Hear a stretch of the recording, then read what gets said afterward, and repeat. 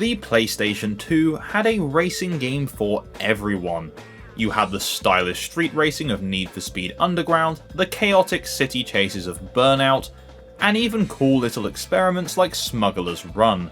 And then you had Taxi 3, based on a French film series that most people outside of Europe barely knew existed.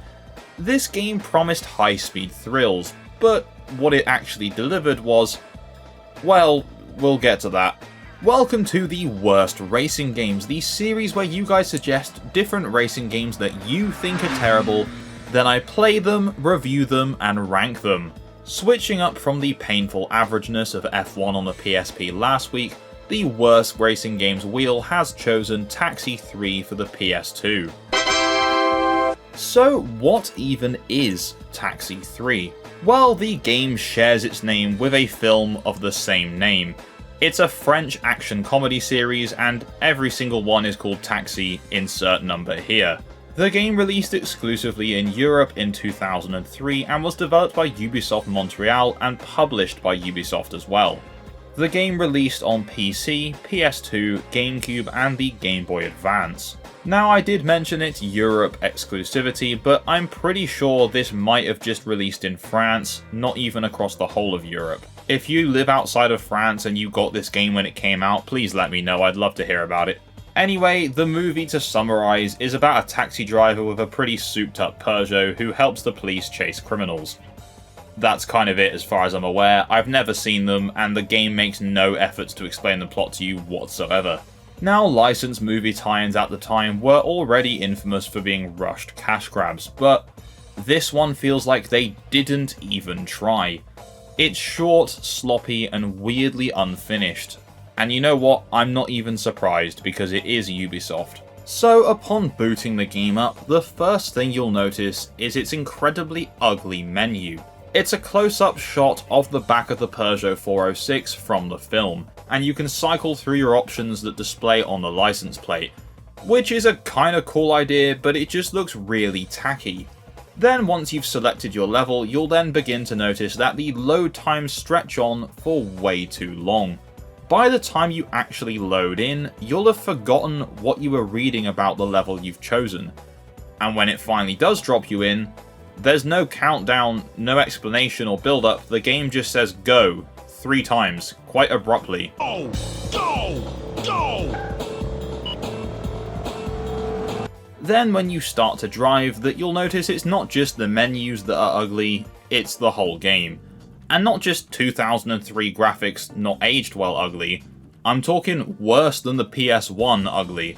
Blocky buildings, flat textures, and no sense of life in the environments. It's been a while since we've had a proper stinker on Worst Racing Games, but we're off to a really good start with this one.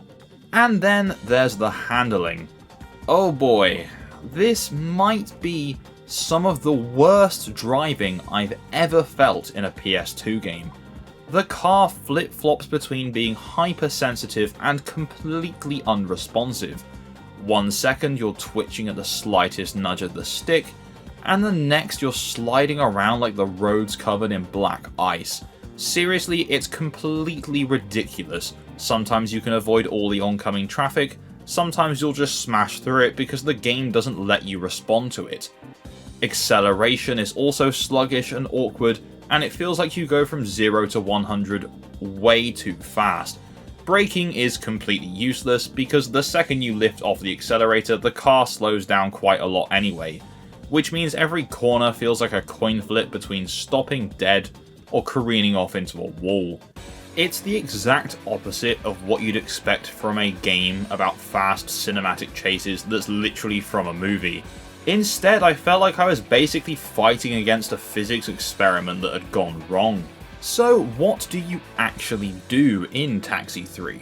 Well, the answer is not very much.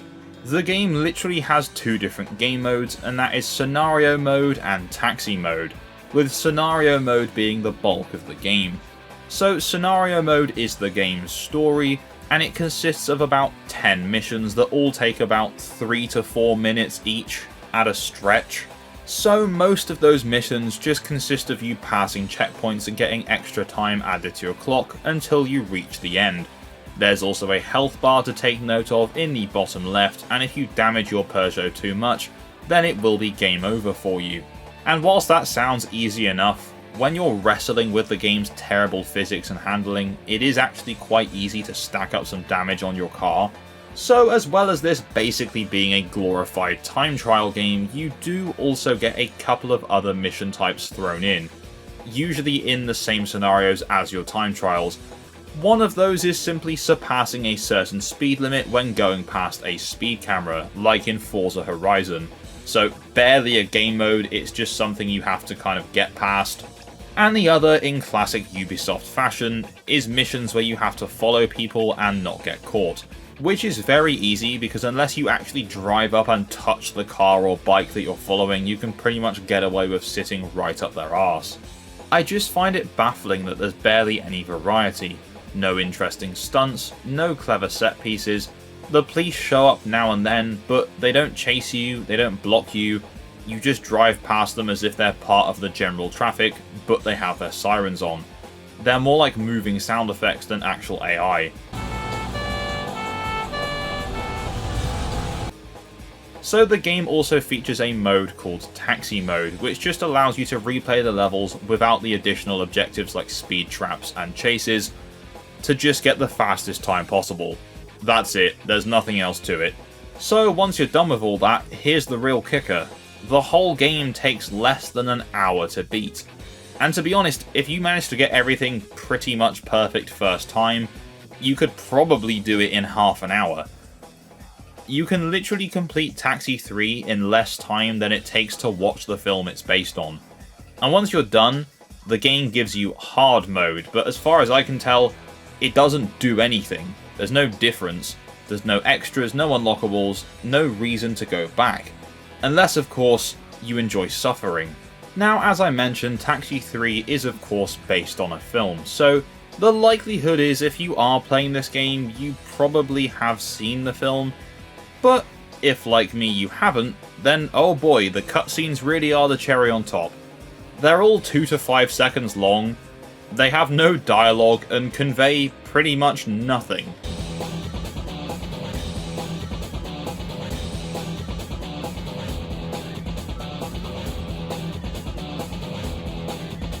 So if you haven't seen the film, you'll have absolutely no idea what's happening.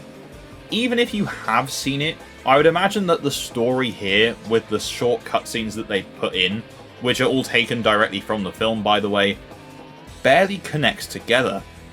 It's like watching someone skip through a DVD by tapping the chapter button every 3 seconds. And then when you do quite quickly reach the end, it's so abrupt. You get one of these short few second cutscenes, and then the credits just show. I had no idea what I'd accomplished, what the character had achieved, why any of what I had just done mattered. That was it. Game over.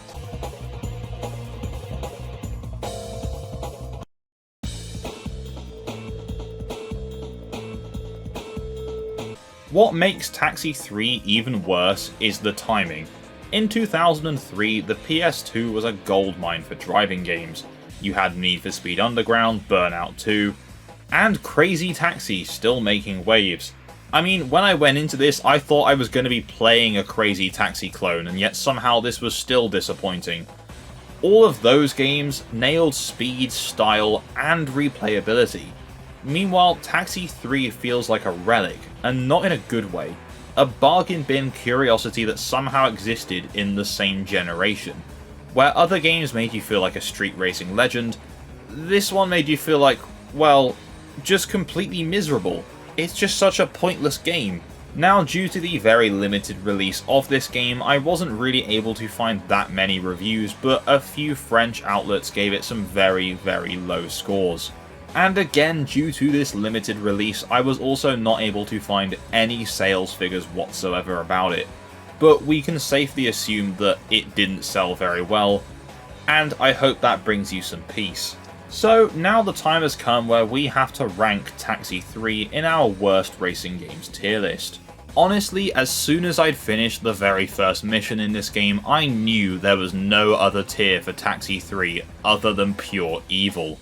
Normally in this series I can find at least one redeeming factor or positive note to make about the game, but this time I genuinely couldn't think of anything, other than the fact I was glad it was over quick. Now if you want to play a game that has the word taxi and the number 3 in it, just go and play Crazy Taxi 3. Don't play this. In the end, Taxi 3 on PS2 is a perfect example of why licensed tie-ins had such a bad reputation. It's ugly, shallow, frustrating to play, and basically over before it even starts. The only thing fast about this game is how quickly you'll want to take it out of your console. So, should you play it today? Well, only if you're a collector, a masochist, or someone like me doing a retrospective video on bad PS2 games. For everyone else, this is definitely one Taxi that you can afford to miss. And so that takes us to the end of our look at Taxi 3, and with it, this week's episode of Worst Racing Games. Have you played Taxi 3, and would you rank it any differently? And as always, if you have a suggestion for this series, let me know in the comments down below. If you enjoyed this video, please don't forget to leave a like, and if you haven't done so already, subscribe and tap the bell for notifications to stay up to date with the Worst Racing Games series.